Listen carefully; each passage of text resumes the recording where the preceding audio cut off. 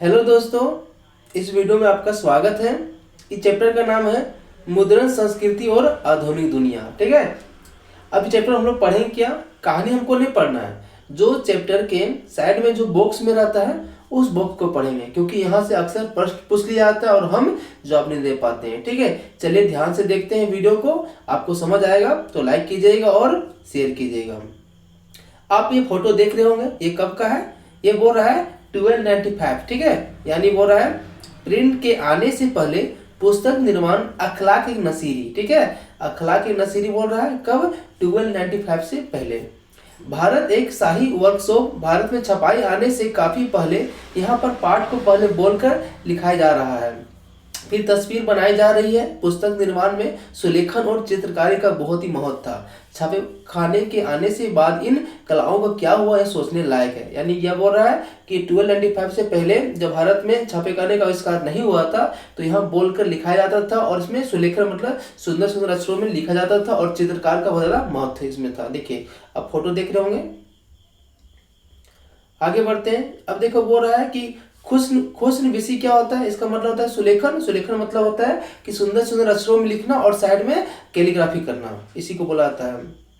आप ये फोटो देख रहे होंगे, ये डायमंड सूत्र का एक पन्ना है। और डायमंड सूत्र क्या था? ये जापान का सबसे पुराना बुक था। ठीक है, जिसको 868 में इसको छापा गया था, और ये डायमंड सूत्र का कुछ पन्ना है। अब देखते हैं इधर, अब क्या बोल रहा है? 13वीं शताब्दी के मध्य में त्रिपिटिका कोरियाना वुड ब्लॉक मुद्रण के रूप में बौद्ध ग्रंथों का कोरियाई संग्रह है। इन ग्रंथों को लगभग 80,000 वुड्स ब्लॉक पर उकेरा गया है।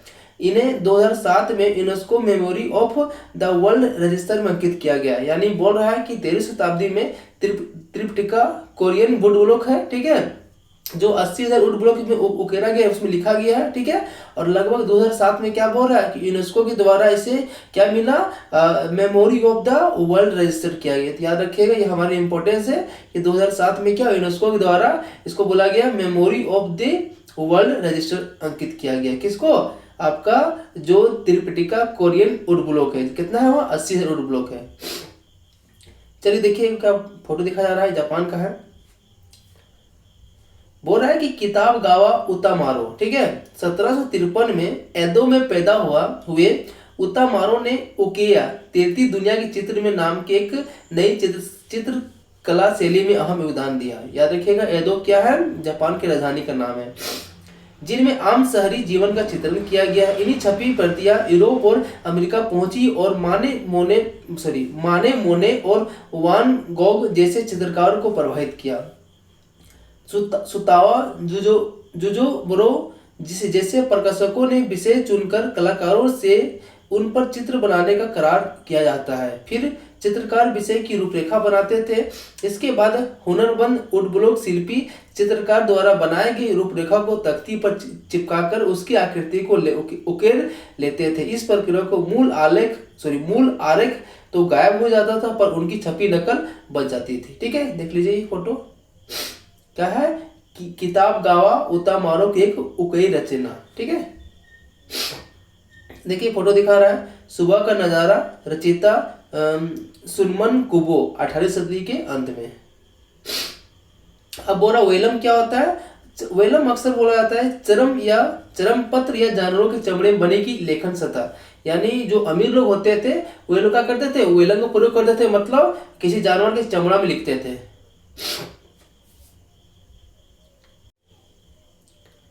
ये फोटो आप देख रहे होंगे, देखिए क्या बोल रहा है? जिगजी कोरिया की जिगजी मूवेबल मेटल टाइप के साथ मुद्रित दुनिया की सबसे पुरानी मौजूदा पुस्तक है। इसमें जैन बौद्ध धर्म की मुख्य विशेषताएं हैं। पुस्तक में भारत, चीन और कोरिया के लगभग 150 बौद्ध भिक्षुओं का उल्लेख किया गया है। इसे 14वीं शताब्दी के अंत में मुद्रित किया गया। पुस्तक का पहला खंड उपलब्ध तो नहीं है, पर दूसरा खंड फ्रांस के नेशनल लाइब्रेरी में उपलब्ध है। यह कार्य मुद्रण संस्कृति में एक महत्वपूर्ण तकनीकी परिवर्तन साबित हुआ। यही कारण है कि इसे 2001 में UNESCO memory of the world register किया गया। ठीक है, तो क्या बोल रहा है? जिकी कोरिया। ठीक है, जिकी कोरिया क्या है? एक मूवेबल मेटल टाइप है। ठीक है, बोले इसको मतलब इससे उससे मुद्रित किया गया है। पुराना मौजूद पुस्तक, बहुत पुराना पुस्तक है, ठीक है। इसमें जैन और बौद्ध धर्म के मुख्य विशेषता लिखा गया है और साथ ही भारत, चीन, कोरिया में लगभग 150 जो बौद्ध भिक्षु थे उनके बारे में उल्लेख किया गया है। पहला खंड तो नहीं है, लेकिन इसका दूसरा खंड कहाँ मिलता है? नेशनल लाइब्रेरी, कहाँ पर आपको? फ्रांस में मिलेगा, ठीक है। और बोला जाता है कि 2001 में क्या हुआ, यूनेस्को के द्वारा वर्ल्ड रजिस्टर में इसको अंकित किया गया। किसको? जिकी कोरिया को, ठीक है। देखिए यही व्यक्ति है योहान गुटेनबर्ग, जिसने मशीन का खोज किया। देख लीजिए, इसमें पहला बुक छापा था बाइबल। देखिए ये बोल रहा है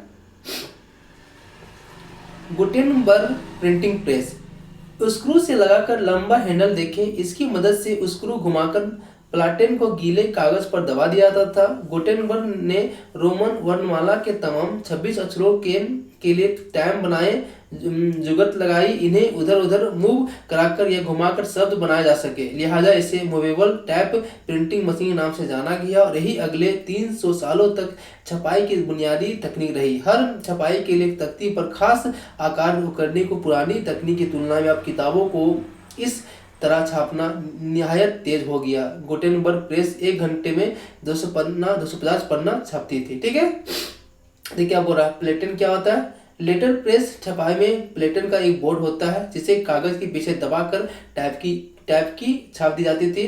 पहले यह बोर्ड काठ का होता था, बाद में इसका इस्पात का होने लगा। देखिए वो क्या बोल रहा है, फोटो देख लीजिए, इसी को कैलीग्राफी बोलते हैं, जो साइड में डिजाइन है। यूरोप की पहली छपी किताब गुटेनबर्ग की बाइबल्स के कुछ पन्ने हैं, जो 180 पेज का था। गुटेनबर्ग ने कुल 180 प्रतियां छापी थी, पर उनमें से 50 ही बच पाई। आइए गुटेनबर्ग की बाइबल के इन पन्नों को ध्यान से देखें। ये केवल नई तकनीक की देन नहीं है, इन्हें गुटेनबर्ग प्रेस की धातुई टैप से छापा जरूर गया है, पर इनके सॉरी दोस्तों, इनके हाशिए पर कलाकारों ने हाथ में टीकाकारी और सुघड़ चित्रकारी की है। कोई दो प्रतियां एक जैसी नहीं थी, हर प्रति का हर पन्ना अलग था। जहां पहली नजर में वो एक जैसे लगे थे, गौर से तुलना करने में फर्क नजर जरूर आएगा,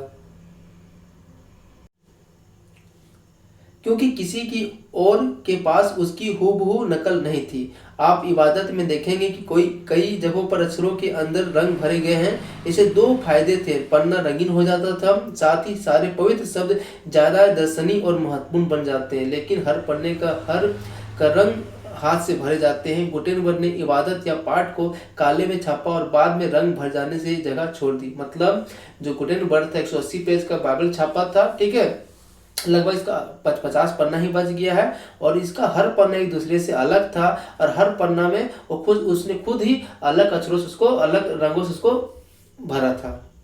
कौन? गुटेनबर्ग। फोटो देख चुके होंगे। इस तस्वीर से पता चलता है कि 16वीं शताब्दी में मुद्रा का कार्यस्थल कैसा दिखाई देता था। सारे काम एक ही छत पर नीचे चल रहा है। दाएं छार पर अगले हिस्से में कंपोजिटर काम कर रहा है, बाएं से गेलिज तैयार किए जा रहे हैं और धातुई अक्षरों को स्याही लगाई जा रही है।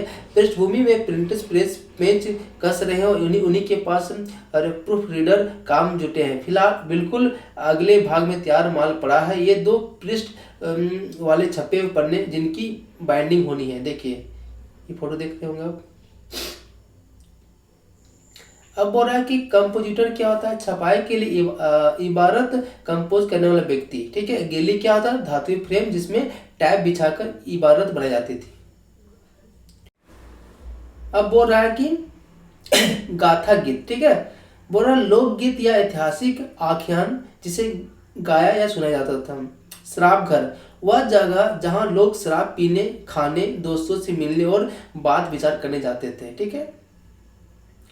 अब फोटो देखिए, ये फोटो देख लीजिए, आप देख लिए। आगे बोल रहा है यह आधुनिक यूरोप के आरंभ में प्रिंट के आगमन का उत्सव मनाते हुए छपे कई चित्रों में एक है। देखें, छापा खाना लेकर एक देवी सवर से उतर रही है। इस देवी के आजू बाजू मिनर्वा विद्या की देवी, मरकरी दूध देव, विवेक का प्रतीक। ये तस्वीर के आगे के हिस्से पे अलग अलग देशों में 6 अग्रणी मुद्रकों की छवियां लिए औरतें हैं। बीच में बाईं और घेरे के अंदर गुटेनबर्ग का तस्वीर है, ठीक है। यानी जेवी सले लंपी प्रेमरी छापाखाना 1739 को है। अब बोला है प्रोटेस्टेंट धर्म सुधार। 16वीं सदी यूरोप में रोमन कैथोलिक चर्च में सुधार का आंदोलन। मार्टिन लूथर प्रोटेस्टेंट सुधारकों में एक थे। इस आंदोलन से कैथोलिक ईसाई मत के विरोध में कई धाराएं निकली। अब बोल रहा है इंक्विजिशन क्या होता है? धर्म अदालत विधर्मियों की शिनायत करने और सजा देने वाले रोमन कैथोलिक संस्था। मतलब इंक्विजिशन मतलब होता है ना कि जो व्यक्ति धर्म का अलग मीनिंग निकाल उसको पकड़ के सजा दिया जाता था। धर्म विरोधी इंसान या विचार जो धर्म की मान्यताओं से असहमत हो। मध्यकाल से बच्चे चर्च विधर्मियों या धर्मद्रोह के प्रति सख्त था। उसे लगता है कि लोगों की आस्था उनके विश्वास पर सिर्फ उनका अधिकार उसकी बात ही अंतिम है। फोटो देख लीजिएगा, थोड़ा सा दिया गया है। इस 16वीं सदी की तस्वीर छपाई का खौफ किस नाट्यता से पेश किया जा रहा है। यह देखा जा रहा है कि इसे बेहद ही दिलचस्प उटकट तख्ती छाप तस्वीर में मुद्रण के आगमन की दुनिया के अंत जोड़ा गया है। मुद्रक के वर्कशॉप की मौत के नाश का मंच बताया गया है। मुद्रक और उसके मजदूर कंकालों और नियंत्रण में है, उनसे मनचाही चीजें छपाती है। अब चलिए इधर देखते हैं। बोल रहा है किताब का डर। लातिन के विद्वान कैथोलिक धर्म सुधार एरेसम, जिसने कैथोलिक धर्म की ज्यादतियों की आलोचना की पर लूथर से भी एक दूरी बनाकर रखी, प्रिंट को लेकर बहुत ही आशंकित था। उसने एडेजेज 1560 में लिखा, किताबें भिनभिनाती मक्खियों की तरह है। दुनिया का कौन सा कोना है जहां ये नहीं पहुंच जाती। हो सकता है जहां तहां एकाध जानने लायक चीजें भी बताएं, लेकिन इसका ज्यादा हिस्सा तो विद्वता के लिए हानिकारक है, बेकार ढेर है, क्योंकि अच्छी चीजों की प्रति हानिकारक ही है। इनसे बचना चाहिए। दुनिया में सिर्फ तुच्छ जैसे कि मेरी लिखी चीजों से ही नहीं पाट रहे हैं, बल्कि बकवास, बेवकूफ, सनसनीखेज, धर्म विरोधी, अज्ञानी, षड्यंत्रकारी किताबें छापते हैं और उनकी तादाद ऐसे ही मूल्यवान साहित्य का मूल ही नहीं रह जाता है। अब देखिए क्या बोल रहा है। आप बोल रहा है संप्रादाय, ठीक है, किसी धर्म का एक उप समूह। ठीक है। पंचांग क्या होता है? चांद सूरज की गति, ज्वार भाटा के समय और लोगों के दैनिक जीवन से जुड़ी कई अहम जानकारियां देता है। वार्षिक प्रकाशन। चेक बुक या गुटका क्या होता है? पॉकेट बुक के आकार किताबों के लिए इस्तेमाल किया जाने वाला शब्द। इन्हें आमतौर पर फेरी वाले बेचते थे। ये 16वीं सदी के मुद्रण क्रांति की लोकप्रिय है। ठीक है। कहाँ का? इंग्लैंड का था। अब देख क्या बोल रहा है। 1791 में लंदन में एक प्रकाशक जेम्स लॉन्गिंगटन ने अपनी डायरी में लिखा, पिछले 20 सालों से किताबों की बिक्री में आमतौर बेतहाशा वृद्धि हुई। गरीब किस्म के किसान या गांव के लोग पहले अपनी शामिल डायन, जोगिन, भूत पीड़ित कहानी सुनते हुए बिताते थे। अब अपनी संतानों द्वारा पढ़े गए रूमानी या अन्य किस्सों को सुनने का आनंद लेते हुए जाड़े की रातों में छोटी करने लगे। अगर जॉन शहर जा रहा है तो उसे सख्त हिदायत की गई कि वह पेरिग्रिन पिगलस एडवेंचर लेकर आए, और अगर डोली अंडे बेचने जा रही है तो उसे कहा जाता है कि वह the history of the Joseph Andrews लेकर वापस लौटे। ठीक है। और इस पर किताबों का क्रेज था लोगों में। मार्सिया ने अपनी एक किताब में छपे शब्द की ताकत को ही बयान किया। अगर किसी ने मुझे पढ़ते देखा होगा तो उसने मुझे उस प्यासे की तरह पाया होगा जो शुद्ध ताज़ा पानी मिलने पर गटगट पीने की लगता है। बड़ी एहतियात से लालटेन जलाने के बाद मैं खुद को किताबों में डुबा देता हूँ और वाक और अर्थ के प्रवाह में मैं पन्ना दर पन्ना बहता चला जाता है। अनायास और अनजान खामोशी के साये में घड़ियाल हर घंटे बजता चला जाता है, पर मुझे सुनाई नहीं पड़ता है। तेल खत्म होने से मेरी लालटेन की जो लो पीली पड़ने लगती है, और पर मैं था कि पड़ता जाता। मैं बत्ती उठाने की जहमत भी नहीं लेता, पर मेरे आनंद में व्यवधान न पड़े और वे नए विचार किस वेग से मेरे सिर पर घुसते हैं, मेरी बुद्धि कैसे उसे आत्मसात करती है। ठीक है। ये रॉबर्ट डाल्टन की किताब है। ठीक है। The forbidden best sellers of the pre revolutionary France 1995। अब बोल रहा है निरंकुशवाद। राजकाज की ऐसी व्यवस्था जिसमें किसी एक व्यक्ति को संपूर्ण शक्ति प्राप्त हो, उस पर ना कानूनी पाबंदी लगी ना ही संवैधानिक। ठीक है, पहले राजतंत्र क्या निरंकुशवाद होता था। देखिए फोटो दिखाया गया है। फ्रांसीसी क्रांति से पहले कुलीन वर्ग और आम जन 18वीं सदी के अंत में एक कार्टून। इस व्यंग चित्र में दिखाया गया है कि जनसाधारण किसान, कारीगर, मजदूर किस तरह से मुश्किल हालात में थे, जबकि जिंदगी के मजे लेने वाला कुलीन वर्ग दोहन करता है। इस तरह कार्टूनों के चलन से क्रांति के पहले लोगों के दिल दिमाग पर खास असर छोड़ा। ये फोटो देख रहे होंगे, पेनी या एक्पेसिया मैगजीन का आमुख है ना। पेनी मैगजीन का प्रकाशन इंग्लैंड में 1832 से 1850 के बीच society for the diffusion of useful knowledge ने किया। यह मूलतः मजदूर वर्ग के लिए था। आगे बोल रहा है, यॉर्कशायर में एक मैकेनिक थॉमस वुड ने बताया कि वह पुराने अखबार खरीदकर शाम के वक्त आग की रोशनी में पढ़ता था, क्योंकि उसके पास मोमबत्ती के लिए पैसे नहीं थे। गरीबों की आत्मकथाओं में हमें पता चलता है कि वे मुश्किल हालात में पढ़ने के लिए जदोजहद करते थे। 20वीं सदी के रूसी क्रांति लेखक मैक्सिम गोर्की की मेरा बचपन और मेरे विश्वविद्यालय की इस संघर्षों की कहानी है। देखिए फोटो दिखाया गया है। इंग्लैंड में एक रेलवे स्टेशन पर लगे विज्ञापन अल्फ्रेड कॉनकेन द्वारा बनाया गया लिथोग्राफ 1874।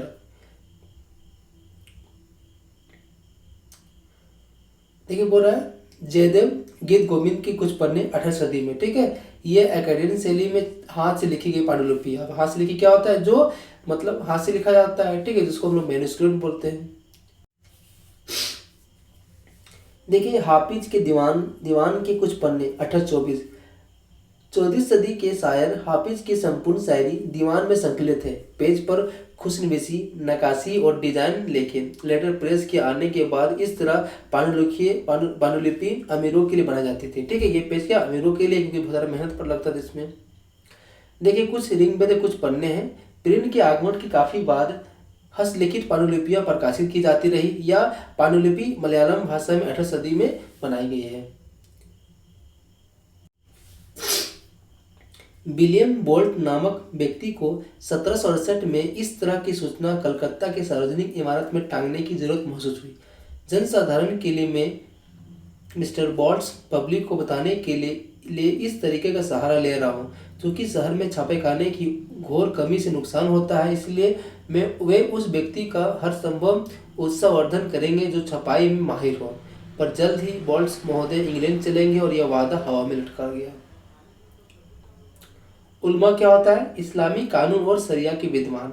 फतवा क्या होता है, अनिश्चय या असमंजस की स्थिति में इस्लामी कानून जानने वाले विद्वान। सामान्यतः मुफ्ती के द्वारा जाने वाली वैधानिक घोषणा। ठीक है, फतवा क्या होता था, मतलब ये इस्लामी कानून के जानकार लोग ये लोग जारी करते हैं किसी व्यक्ति के खिलाफ। अब वो रहा है ना कि अखबार क्यों। पुणे के कृष्णा जी त्र्यंबक रानाडे मराठी के अखबार निकालना चाहते हैं, जिसमें स्थानीय दिलचस्पी की तमाम उपयोगी खबरों को जगह मिल सके। इसमें सार्वजनिक उपयोगिता, वैज्ञानिक अन्वेषण के अलावा प्राक विद्या, सांख्यिकी, जिज्ञासा, देश के विभिन्न हिस्सों में बारे में आमतौर पर ढक्कन पर खासतौर जानकारी होगी। ऐसे तमाम लोगों की मदद से संरक्षण और निवेदन है, ज्ञान के प्रसार और जन कल्याण के इच्छुक है। देशी अखबारों और राजनीतिक सभाओं की वह भूमिका होती है जो इंग्लैंड में हाउस ऑफ कॉमन के विपक्ष में होती है, यानी कि सरकारी नीतियों की आलोचनात्मक समीक्षा कर लोगों के हित साधने में अक्षम हिस्सों में निकाले और सुधार करे तथा उनकी तेजी से लागू करने का काम करे। इन सभाओं को चाहिए कि वे देश के खास मुद्दों पर नाना तरह की सूचनाएं जमा करें और क्या संभव और वांछित सुधार हो वह बताएं। इन कार्यों को काफी असर होगा। देखिए फोटो दिखाया गया है, तो ये है राजा ऋतुध्वज द्वारा असुरों के चंगुल में राजकुमारी मदलसा को बचाया जाना। राजा रवि वर्मा का चित्र है। राजा रवि वर्मा मिथिकी कहानियों को लेकर अनगिनत चित्र बनाए जो उनके अपने रवि वर्मा प्रेस में छपती थी। देख लीजिए। अब हो रहा है इंडियन सरियावारी का आवरण प्रेस। इंडियन सरियावारी 19वीं सदी के अंत में प्रकाशित होने वाली व्यंग और क्या कैरिकेचर विद्या के कई पत्रों में एक था। गौर करें, साम्राज्यवादी अंग्रेजी की छपी ठीक बीचों बीच है। सत्ता और प्रभुता की प्रतिमूर्ति बना हुआ देसी लोगों को क्या करे क्या नहीं इसकी हिदायत दे रहा है। उसके दोनों ओर बैठे देसीजन गुलामों की नत मुद्रा है। भारतीयों को व्यंग चित्रों के अंग्रेजों पत्र द पंच दिखाया जा रहा है। ऐसा लगता है जैसे ब्रिटिश मालिक कह रहा है कि यह सही मॉडल है, जाओ जाकर इसे भारतीय संस्करण निकालो।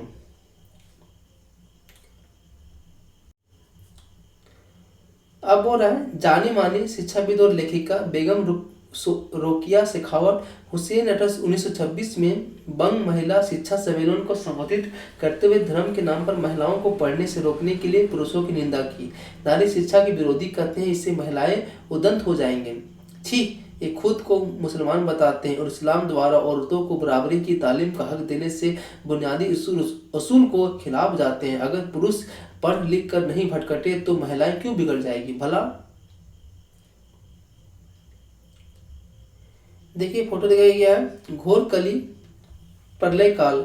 19वीं सदी के अंत में रंगीन कास्ट चित्र, पारिवारिक संबंधों में नष्ट भ्रष्ट होने की कल्पना, पत्नी जैसा कि मुहावरे में कहा जाता है पति के सिर पर सवार, और वह खुद अपनी माँ के जंजीर पहनकर जानवरों की तरह होती है।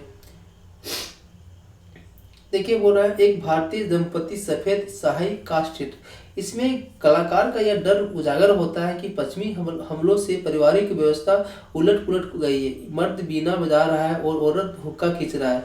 19वीं सदी में महिलाओं की शिक्षा के पहल के बाद पारंपरिक पारिवारिक भूमिकाओं में छिन्न भिन्न हो जाने की आशंका तेज हो गई है। एक यूरोपीय दंपति 19वीं सदी का कास्ट, देखिए ये फोटो दिख रहा होगा। इस तस्वीर में पारंपरिक भूमिकाओं का निरूपण है। साहब शराब बोतलें थामे और मेम साहब वायलिन बजा रही है। ठीक है, देखिए लक्ष्मीनाथ बेजबरुआ, वे आधुनिक असमिया साहित्य के एक वरिष्ठ रचनाकार थे। बूढ़ी आयर साधु दादी कहानियां उनकी उल्लेखनीय किताबों में एक है। उन्होंने असम के लोकप्रिय गीत ओ मोर अपुनर देश ओ मेरी प्यारी भूमि लिखा है। कौन? लक्ष्मीनाथ बेजबरुआ। कभी कभी वफादार अखबारों के संपादक खोजना सरकार के लिए मुश्किल हो जाता है। जब 1877 में स्थापित अखबार स्टेट्समैन में संपादक पद के एक सैंडर्स के बुलाया गया तो उसने पूछा कि आज़ादी खोने के बदले उसने कितने पैसे मिलेंगे। द फ्रेंड ऑफ इंडिया ने सरकारी मदद लेने से इसलिए इनकार कर दिया कि इससे उसे सरकारी आदेश मानने के लिए मजबूर होना पड़ेगा। बॉक्स 5 में देखिए क्या बोल रहा है। मुद्रित शब्द की ताकत अंदाजा अक्सर सरकार द्वारा उसको नियंत्रित करने की कोशिशों से मिलता है। औपनिवेशिक प्रशासन हमेशा तमाम किताबों और पत्रिकाओं को नजर रखता था। पहले विश्व युद्ध के दौरान भारतीय रक्षा नियम के तहत 22 अखबारों को जमानत देनी पड़ी थी। इनमें से 18 ने सरकारी आदेश मानने से जगह खुद को बंद कर लेना उचित समझा। रोलेट के अधीन कार्यरत षड्यंत्र समिति ने 1919 में विभिन्न अखबारों के खिलाफ जुर्माना आदि कार्रवाइयों की ओर सख्त बना दिया। द्वितीय विश्व युद्ध की शुरुआत पर भारतीय रक्षा अधिनियम पारित किया गया ताकि युद्ध संबंधी विषयों को सेंसर किया जा सके। भारत छोड़ो आंदोलन से जुड़ी तमाम रपटें इसी के तहत सेंसर होती है। अगस्त 1942 में तकरीबन 90 अखबारों का दमन किया गया। किसके द्वारा? सेंसरशिप के द्वारा। देखिए अब गांधी ने 1922 में कहा, वाणी की स्वतंत्रता, प्रेस की आज़ादी, सामूहिकता की आज़ादी। भारत सरकार अब जनमत को व्यक्त करने और बनाने को इन 3 ताकतवर औजारों को दबाने की कोशिश कर रही है। स्वराज खिलाफत की लड़ाई सबसे पहले इन संकटग्रस्त आज़ादियों की लड़ाई है। चलिए दोस्तों, थैंक यू। वीडियो अच्छा लगा तो लाइक कर दीजिएगा।